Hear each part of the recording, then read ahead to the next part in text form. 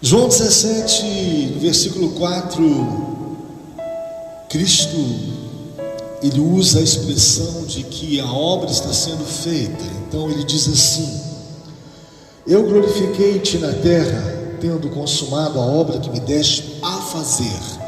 Tem uma obra. Quando você vai para o versículo de número 9, você vê a especificação de Cristo em orar por você, em interceder por você. Cristo fala assim: eu rogo por eles, não rogo pelo mundo, mas por aqueles que me deste, porque são teus. Então você vê que há uma especificação. Cristo não está orando aí, falando com o Pai pelo seu vizinho, pela sua tia, pelo seu tio, pelo seu pai, mas especificamente pelos seus discípulos. E você vai no versículo de número 17, vendo Cristo falando: santifica-os na verdade, a tua palavra é a verdade. Você vai verificando Cristo dando uma necessidade e suprindo essa necessidade, dizendo: há uma necessidade de santificação, e a palavra é o instrumento pelo qual santifica as pessoas. Aí quando você vai no versículos 21 e 23, você vê no 21 a seguinte descrição: para que todos sejam um, como tu, ó Pai, o és em mim e eu em ti, que também eles sejam um em nós, para que o mundo creia que tu me enviaste. Você vê que Cristo faz uma fundição. Há uma relação entre ele e o Pai e ele, que se funde, que se harmoniza. E ele transmite essa necessidade para a igreja, dizendo: há uma necessidade em que as pessoas se unam, tenham união. E quando você vai para o versículo de número 23, você vê dizendo o seguinte: eu neles, quer dizer, Cristo em nós e tu em mim, para que eles sejam perfeitos em unidade, e para que o mundo conheça que tu me enviaste a mim e que tens amado a eles como tens amado a mim. Retrocesso para que todo mundo compreenda a escola dominical. Nós estamos no capítulo 17 do livro do Evangelho de João, e especificamente a gente vê a oração que Cristo faz diante das necessidades dos seus discípulos. Por que Cristo faz isso? Porque isso faria falta e deveria ser suprido. Cristo, em dado momento, no capítulo 17 do Evangelho de João, ora pedindo ao Pai que não os tire do mundo, quer dizer, não os leve, deixe eles aí, dê saúde, dê casa, dê parentes, dê família, dê filhos, não os leve, mas os livre do mal. A gente aprendeu aqui na escola dominical que a ideia de Deus proteger, livrando do mal, é a ideia bíblica, é o cerne que permite que você progrida, tenha passagem. E chegamos à seguinte conclusão: você pode ter saúde, mas se não tiver proteção, é aflição. Você pode ter dinheiro, mas se não tiver proteção, é aflição. Você pode ter seja o que for, se não houver o bloqueio de Deus, a proteção de Deus, nada vale a pena. Vimos também a ideia da santificação, como é necessária, e chegamos à seguinte conclusão: a santificação, ela não salva a pessoa para a eternidade, ela não serve de justificativa para você entrar no céu. Então você nunca vai conseguir chegar no céu e dizer: Deus, fui santo, Deus, me comportei como santo. Não, o sangue de Cristo, ele é suficiente para salvar as pessoas. Nós entendemos aqui na escola dominical que a santificação, ela serve para um processo relacional, serve para se relacionar com Deus. Então você se santifica para se relacionar com Deus. Você se priva, abdica ou renuncia. Você tem certos comportamentos para dizer para Deus assim: estou querendo, Senhor, estou precisando, Senhor, presta atenção em mim. É por isso que eu estou tentando fazer o que a tua palavra diz. E isso tem relação com santificação. Vimos também aqui a respeito, depois da proteção, da santificação, a ideia da união com Cristo. E chegamos à seguinte conclusão, como diz a obra. A obra, ela tem uma mensagem, ela continua. E chegamos à conclusão de que a obra de Cristo, ela precisa do próprio Cristo. E a frase do núcleo que precisamos é essa: não tente fazer nada na igreja sem Deus. Ensina a Deus, clame a Deus. Não tente fazer uma atividade na igreja sem Deus, porque Ele é o dono da igreja. E aí pegamos alguns ingredientes necessários, como piedade, como na realidade acolhimento, uma série de coisas, que chegamos à conclusão também que para se fazer a obra é necessário que se tenha. E agora nós estamos na unidade. Como se unir as pessoas? As pessoas são difíceis, possuem temperamentos diversos. As pessoas possuem níveis de compreensões muito diferenciados uns dos outros. Uns leem Bíblia, outros não. Uns oram, outros não. Uns buscam a Deus, outros não. Uns são bem educados, outros não. Outros, na realidade, fazem as coisas certas, outros não. Então a gente vai aprendendo biblicamente sobre essa fala de Deus. Que negócio é esse? Me unir a você. Raça diferente, cultura diferente, poder aquisitivo diferente, tudo diferente. Mas a gente vai aprendendo a respeito da necessidade, da utilidade da união. Você tem que ter amigos, viu? Se você não tiver pessoas que você possa confiar, você está doente, precisa de cura. E a gente precisa ser curado. Deus criou, eu disse aqui semana passada, Ele aprovou esse sistema e insiste nesse processo que as pessoas precisam umas das outras. Fazer o que? Ele criou isso. Você não vai conseguir chegar a lugar algum sem a ajuda de certas pessoas. Não pense que vai dar conta em chegar em alguns lugares sozinhos, sem a cooperação dos outros. E aí a gente começa a pensar no Salmo 133, nessa fala estranha, mas foi dita pelo próprio Deus, vivida por Davi, inspirada pelo Espírito Santo de Deus.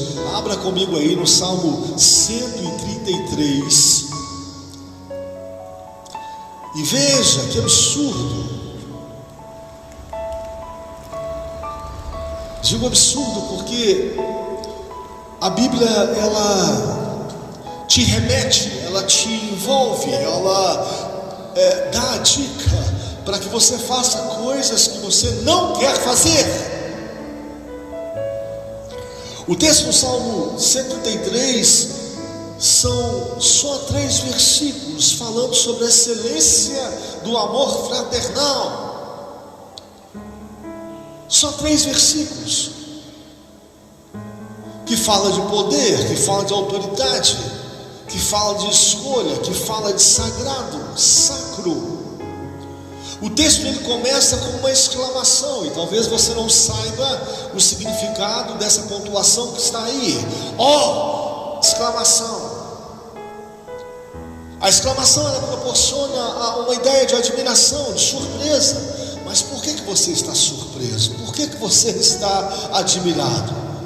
É algo visto com os bons olhos. E quando Davi expressa isso, inspirado pelo próprio Deus, é o próprio Deus comunicando a Davi, dizendo o seguinte: Davi, é bom, É algo surpreendente esse negócio de um se unir ao outro.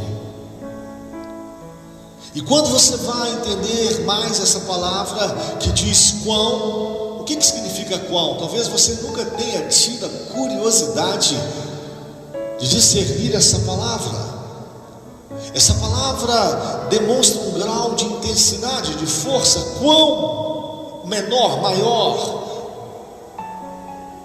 E essa palavra quão, que significa grau de intensidade, demonstra a força que essa palavra apresenta, acima da média. Então é algo que deve ser feito com vontade, com intensidade. A Bíblia vem falando mais, quão bom, e o bom, dando esse aí, advérbio de intensidade aí, dizendo o seguinte, quão, quer dizer o seguinte, é bom demais, é extremamente bom. E essa é a compreensão do texto. Esta intensidade está aliada à questão de ser bom, bom acima da média.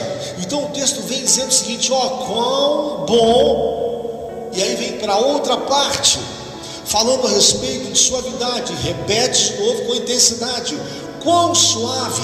E você já entendeu a palavra quão, que dá a ideia aí de intensidade. E quando se fala na Bíblia sobre suavidade, é tudo que você precisa. Você precisa de suavidade lá na sua casa, com o seu marido, com os seus filhos. Você precisa de suavidade no seu emprego. Você precisa de suavidade ao andar nas ruas, ao conversar com as pessoas. O texto diz aí e fala, e quão suave. Essa ideia de suavidade, essa ideia de Deus surpreendente, admirável, coisa boa de se ter. Porque quando você não tem suavidade na sua casa, tem dor. Quando você não tem suavidade nas suas relações, tem dor. Quando você não tem suavidade com seu filho, filha, tem dor. Então você precisa de suavidade. E o texto diz assim, quão suave. É Deus comunicando para Davi, dizendo assim, Davi, tem autorização, você pode escrever, eu vou te inspirar. Fala a respeito de quão bom e quão suave é. É o que? O que traz essa suavidade? Como que é isso? O texto demonstra essa intensidade de ser bom. E essa suavidade, como é que é isso? É algo para ser experimentado pelos irmãos. O texto diz assim, ó, quão bom e quão suave é que os irmãos vivam em união. Deus, mas isso é difícil, as pessoas são diferentes, as pessoas na realidade não são iguais. Deus nunca quis pessoas iguais, e as suas digitais são as provas que temos disto. A sua digital não é igual a minha. E dentro da igreja são várias pessoas com digitais diferentes. Ninguém tem uma digital igual a outra. Mas quando o versículo 2 fala, é como óleo precioso sobre a cabeça, você tem que ser remetido ao Velho Testamento para entender isso. E que dentro da compreensão do Velho Testamento você entende que o óleo era algo realmente precioso, simbólico, que representava autoridade, consagração, destinado ao serviço de Deus.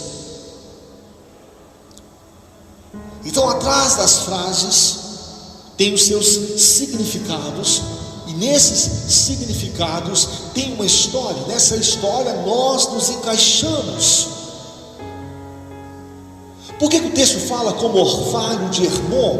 Um orvalho que gera vida. É a chuva que caía numa terra seca, árida, por algum tempo. Aí Deus promovia uma chuva, a água caía, umedecia a terra, os rios ficavam transbordantes e desciam, fazendo uma série de benefícios a toda a vegetação e as pessoas. Agora, quando o texto diz o Senhor ordena. A gente tem que procurar nos textos bíblicos várias passagens, porções bíblicas que falam a respeito da ordenança de Deus. Como que é isso, Deus? Quando o Senhor ordena, o que acontece? Quando o Senhor fala, que tipo de situação aparece? Como que é isso? A gente não pode focar muito aqui na escola dominical de hoje a esse respeito. Mas quando você vai no Salmo 119, quando você pega ali o versículo 96, você vê que na ordenança de Deus, conforme Ele ordena, as coisas se mantêm, acontecem, aparecem, surgem. E o texto lá no Salmo 119, versículo 96, ainda acresce dizendo o seguinte: todas as coisas estão ao seu inteiro dispor. Então nós temos que clamar a Deus, suplicar a Deus: ordena, ordena, ordena, tenha misericórdia de nós e dê as suas ordens ao nosso favor, porque bênção e a vida na sua ordenança é para sempre. Só que todo esse texto tem a ver com a unidade fraternal. E como eu disse aqui, e vocês já aprenderam na escola dominical nos últimos domingos, não pense em chegar a lugar nenhum sozinho. É impossível. Deus não vai com você sozinho. Mas eu estou esperando que Deus vá comigo sozinho, que Ele faça alguma coisa comigo sozinho. Não vai fazer. Sistema, processo, é o que Deus de fato aprovou, criou. Vai ter que ir gente com você. Fazer o quê? Queira você aceitar isso ou não. E aí nós compreendemos aqui, é só para enfatizar um pouco mais, a diferença de sujeição e a diferença de submissão. Deus não te chama para ser sujeito à minha pessoa. Você está tendo uma compreensão equivocada. Ele te chama para ter comigo uma submissão, estarmos juntos debaixo de uma missão. Mas qual é essa missão? Se essa missão não é clara, não tem submissão. Se essa missão realmente ela não é transparente, se ela não é intensa no sentido de dizer o que ela significa, para onde ela vai, que conteúdo que ela tem, não há submissão. É por isso que Cristo, ao vir à terra, Ele foi claro: sou do Pai, vim do Pai, vim salvar o mundo, vou ressuscitar, vou morrer. E Ele foi claro na sua missão: tenho toda a autoridade sobre a terra, sobre o céu. E Cristo, expondo essas palavras aos discípulos que compreendiam, tem hora, não compreendiam, outra hora, Cristo procurou ser claro para as pessoas. Não há unidade sem missão, de maneira alguma. A gente entendeu isso, e hoje a gente precisa entender algumas coisas importantes relacionadas à questão da unidade, feita na oração sacerdotal do capítulo 17 do Evangelho de João. Quando você vai em João 17, 21, para que todos sejam um, não é bíblico, você não encontra na Bíblia dizendo da seguinte maneira: seja em série, seja igual, seja realmente idêntico. Não existe isso. A ideia de Deus não é automatizar as pessoas.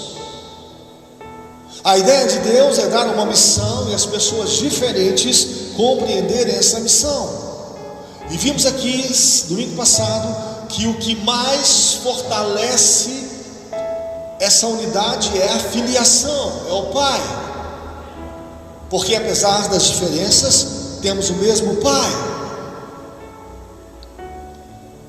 E nós precisamos de Deus para entendermos essa missão, para depois nos unirmos Precisamos ouvirmos Deus. E a pergunta de hoje, como que se une e para onde que se levará essa unidade exigida por Deus? Como que se une? Não te conheço, pelo menos bem, não sei muito dos seus propósitos, pelo menos com profundidade. Como que você se une? Tendo um conceito diferenciado do meu. A Bíblia vai fazendo os apontamentos dizendo que a unidade, essa que diz aí no Salmo 133, dizendo da seguinte maneira: e aí o Senhor ordena a sua bênção e a sua vida para sempre. Esta condição de Deus aparecer e abençoar essa unidade passa por um processo de aprendizado. Você está achando que para unir-se ao outro você vai se unir de forma automática? Inocência, claro que não. O caminho é o caminho da humildade, do acolhimento. E você vai ver isso em João 21:15. A ideia de Cristo criar unidade com Pedro foi algo sensacional, foi uma atitude de acolhimento improvável. Não existe, na verdade, unidade sem acolhimento. Não há como você se unir sem acolhimento. Pedro acabara de negar Jesus 3 vezes. E o que é surpreendente no texto, dentro da conduta humana que todos nós conhecemos, é que Jesus, ele não faz menção das negações de Pedro, pelo menos abertamente não. Ele sabia, ele entendia, ele via a profundidade da negação de Pedro feita por ele. Mas quando ele vai lá recuperar Pedro, ele não faz menção dessa negação. Eu faria, tenho certeza que você também. Ele apenas pergunta a Pedro 3 vezes se ele o amava. Tu me amas, tu me amas, tu me amas. E no final ele conclui dizendo o seguinte: apacenta as minhas ovelhas, porque tinha uma missão. Então você vai vendo as diferenças que são regidas por uma missão. Se você não tem a visão clara da missão do Evangelho, se você não tem a visão clara da missão que a igreja tem que ter, não há unidade.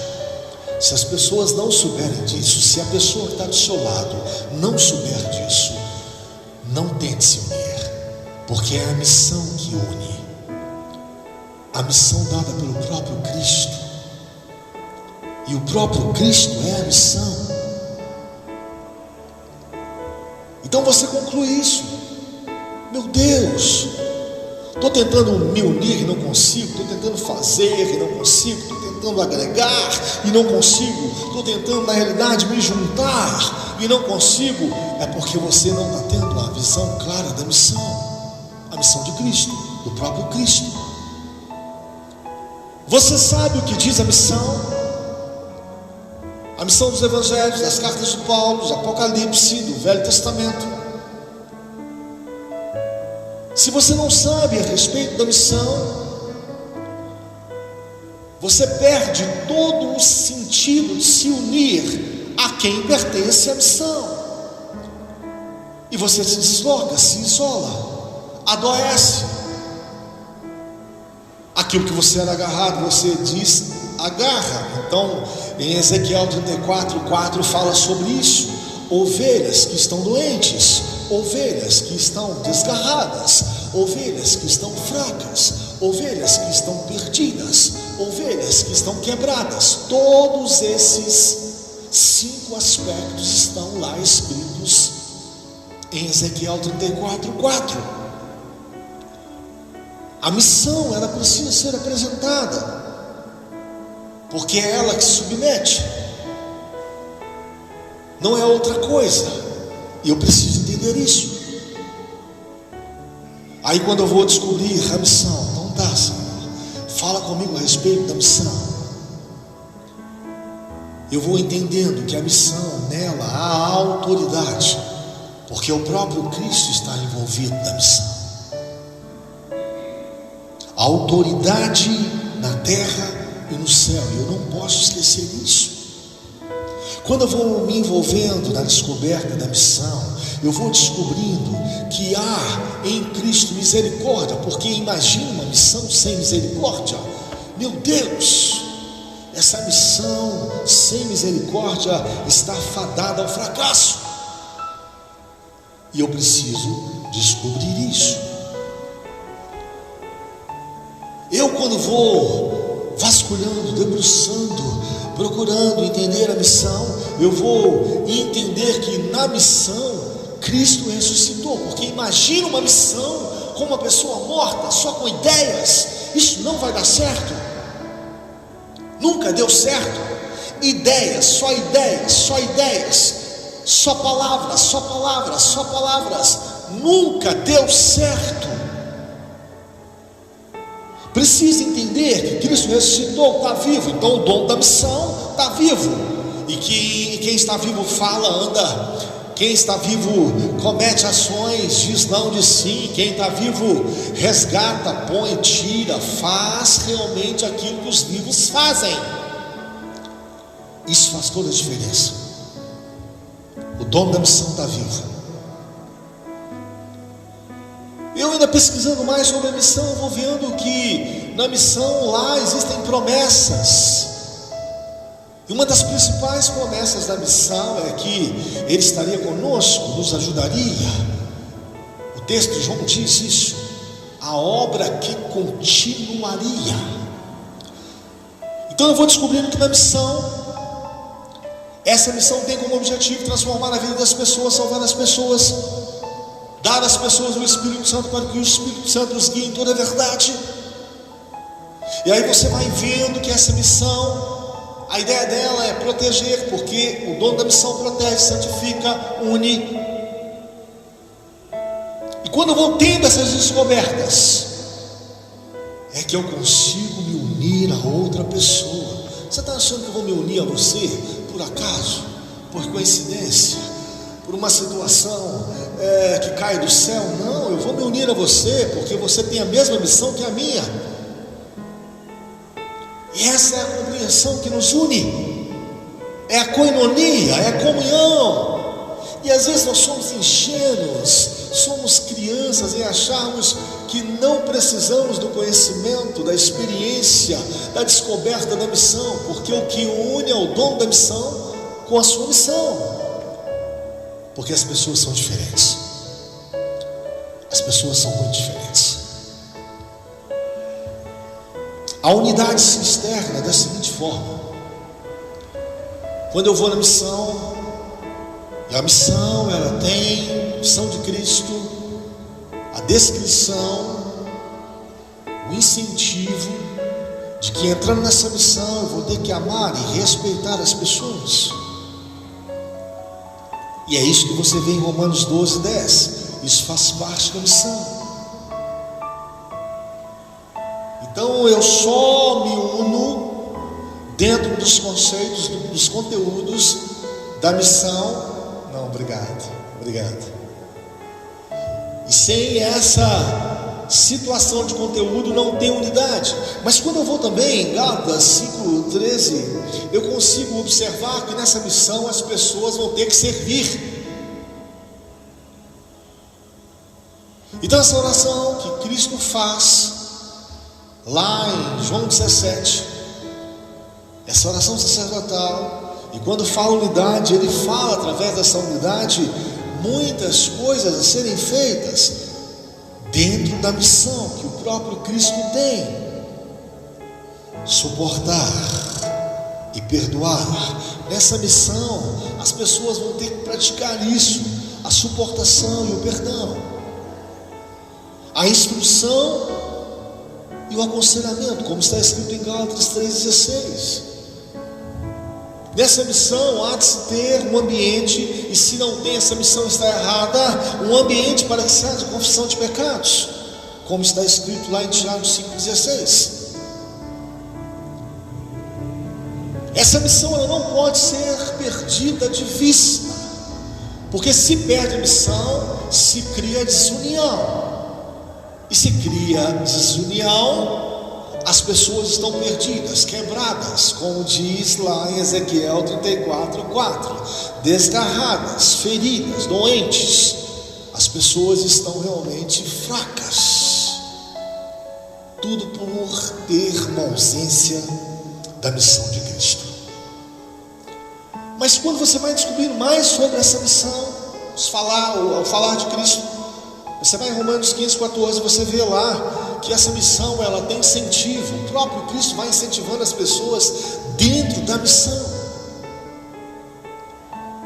Se essa missão ela não consegue ser hospitaleira, se ela não é receptiva, se ela não é, na verdade, acolhedora, ela está em déficit, ou ela está deficiente no desenvolvimento da missão a qual se propôs. Então você vai descobrindo isso, que essa missão é o lugar do consolo, da edificação, de levar a cargas uns dos outros. Essa missão é o lugar do lava-pés, como diz lá em João 13:14. Então a gente precisa entender isso. Você não pode fazer as coisas dentro da igreja sem olhar para a Bíblia, sem verificar o que ela diz, sem pesquisar no sentido de querer entender. Deus, deixa eu entender, para sair desse buraco, para sair dessa situação ruim. Então quando você vai em Mateus capítulo 28, do 16 ao 20, você vai entender que a ideia de Deus é essa: tenho coisas para te falar, e quando eu falar, ensine a outras pessoas tudo aquilo que vos tenho dito, ensinando-os a guardar as minhas palavras. Então tem coisa que a gente precisa realmente parar para prestar atenção. E a principal coisa dentro da igreja é a missão. Onde que ela está? O que que ela é? Como que eu estou dentro dela? O que que ela significa? Porque senão vai bagunçar tudo. Está tudo bagunçado, e isso te exige uma atenção maior, isso te exige realmente uma colaboração. Como eu disse aqui, não pense que você, seja quem for, vai chegar a algum lugar sozinho, não vai. Deus criou um sistema, e possivelmente é por isso que está tudo bloqueado na sua vida, ou na minha. Porque você precisa das pessoas. Deus, faça por mim. Faço, mas tem que ter alguém do seu lado. Deus, eu não quero ninguém do meu lado. Acho que o Senhor vai fazer as coisas e me honrar, porque eu sou fiel, porque eu sou dizimista, porque eu vim ao culto, porque eu me santifico. Não vai, não é suficiente. Você precisa das pessoas. A sua santificação é para servir as pessoas, a sua fidelidade é para ajudar as pessoas, o que você faz é para compartilhar com as pessoas. E você pode orar dia, noite, jejuar, vai ter que ter gente inserida nisso, senão tudo trava. Isso significa dizer que Deus exige esse tipo de conteúdo, esse tipo de conceito, esse tipo de experiência. Aceitação do outro não é fácil, porque o outro não é fácil. Exige você paciência para que o outro assimile e cresça junto com você, e você tem que respeitar o passo do outro. Se você compreender uma coisa, se você entender uma coisa e o outro não, você vai ter que esperar o passo do outro, porque ninguém chega a determinado lugar sozinho. Fazer o quê? É o sistema bíblico, é assim que funciona. você vai ver que esse tipo de exigência que Deus faz é um incentivo ao ponto da pessoa se sentir realmente especial, porque Deus faz as pessoas se sentirem especiais. O outro não faz, não, o ser humano não, mas Deus faz. E nessa missão, como mandamento maior, como regência, como algo que vai administrar todas as fases, todos os comportamentos, nessa missão, como forma de regência, você vai ter que aprender a amar. Amar se aprende, e esse é o processo que Deus criou. Amor se aprende. Isso a gente vê na prática, porque o amor, ele não é uma constituição só de sentimentos, O amor, ele na prática é um comportamento, e esse comportamento começa com a decisão de amar, apesar de não ser amado. E é assim que você se une. E esse é o desafio do Evangelho, esse é o desafio que Deus põe na sua mão, sim. Porque o amor é aquele que diz sim, que diz não, que diz que espera, ou você deve esperar, porque o amor tem como finalidade sempre beneficiar. O amor, na realidade, que rege todas as outras atitudes para que aconteça ou ocasione a unidade. O amor não tira proveito do relacionamento para desvalorizar, dominar, manipular a pessoa. E se isso acontecer na missão, há um bloqueio. O dono da missão bloqueia. Não é assim. Enquanto não é assim, nenhum dos planos de Deus, diz o texto bíblico em Jó 42:2, não pode ser frustrado. Não podem, né, na realidade, porque são mais de um. Na missão, regido pelo amor, o amor vai lá tirar a arrogância administrativa, a arrogância na realidade de conduta, a capacitar e fortalecer as pessoas, de forma que as pessoas possam amadurecer. E se não há amadurecimento na missão, a missão está doente. Como eu disse, Ezequiel 34:4, depois você dá uma passada lá. Aquelas são pessoas que estão lá em Ezequiel 34:4, que fazem parte da missão, que estão inseridas na missão. Ezequiel 34:4 são pessoas que vão andando com a missão, mas aquele estado não é o estado correto para andar na missão. A missão é paz, ou pelo menos um ambiente de paz. Mas se há guerra na missão, tem algum problema? A missão precisa ser retificada. O amor se manifesta em muitas situações com discrições. O amor não quer aparecer, o amor não quer ser visto, o amor quer ser útil, e ele sabe disso. O amor se manifesta em muitas situações com discrições, sabendo o seu valor, porque essa é a ideia da missão.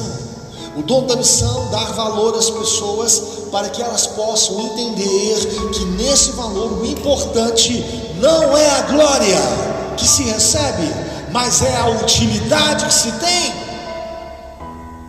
E se não tem utilidade, você precisa rever esse conceito na missão.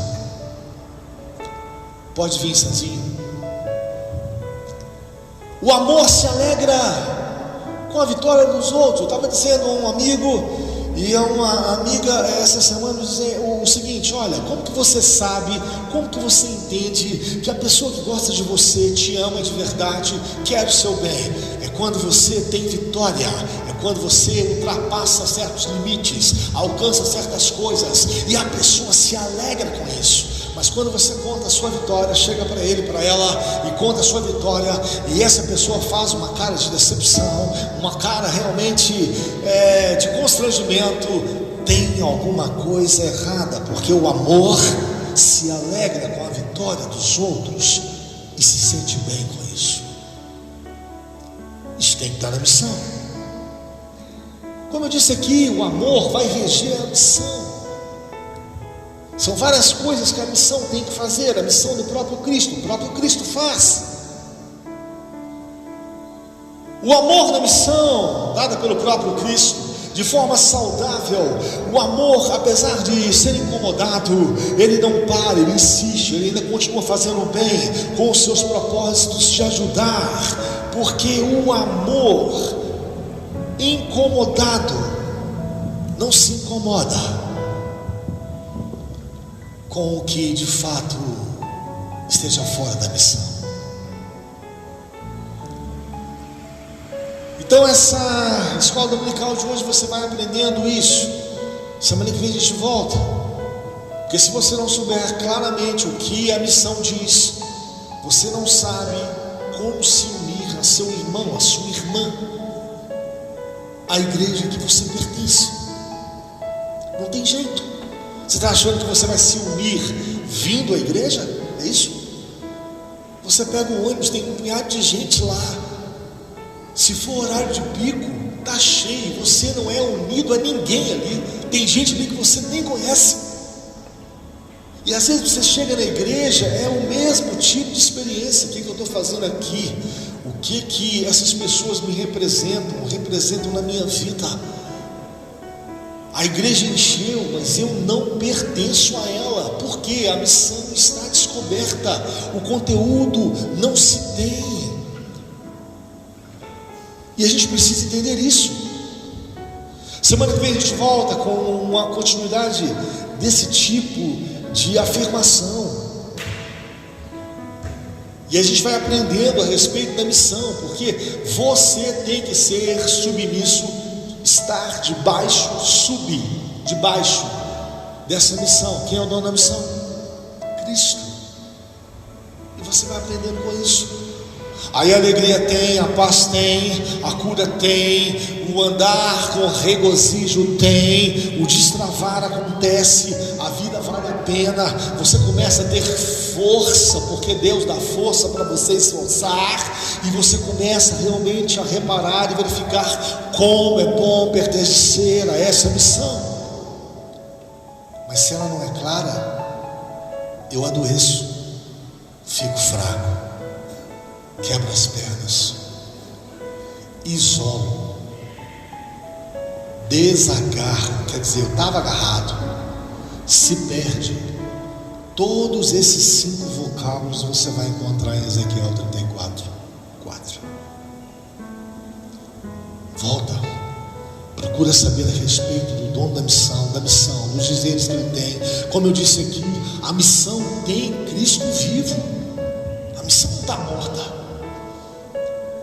A Bíblia diz que Cristo ressuscitou, o dono da missão está vivo. Aí você tem que prestar atenção nisso. Então não são só palavras, então não é só ideia, então não é na verdade só conteúdo de frases, então não são somente textos, então não são somente contextos, nada disso, só tem que ter vida, porque o dono da missão está vivo. Semana que vem a gente volta a respeito aí, para a gente finalizar, João 17, a oração sacerdotal que Deus fez por você, para você. Proteja-os, não os livre do mal, santifica-os na verdade, a tua palavra é a verdade. Una-os a mim, assim, Pai, como eu sou unido a vós. Una-os uns com os outros, porque ninguém vai chegar sozinho a lugar nenhum. Deus te abençoe. Até semana que vem na escola dominical. Amém.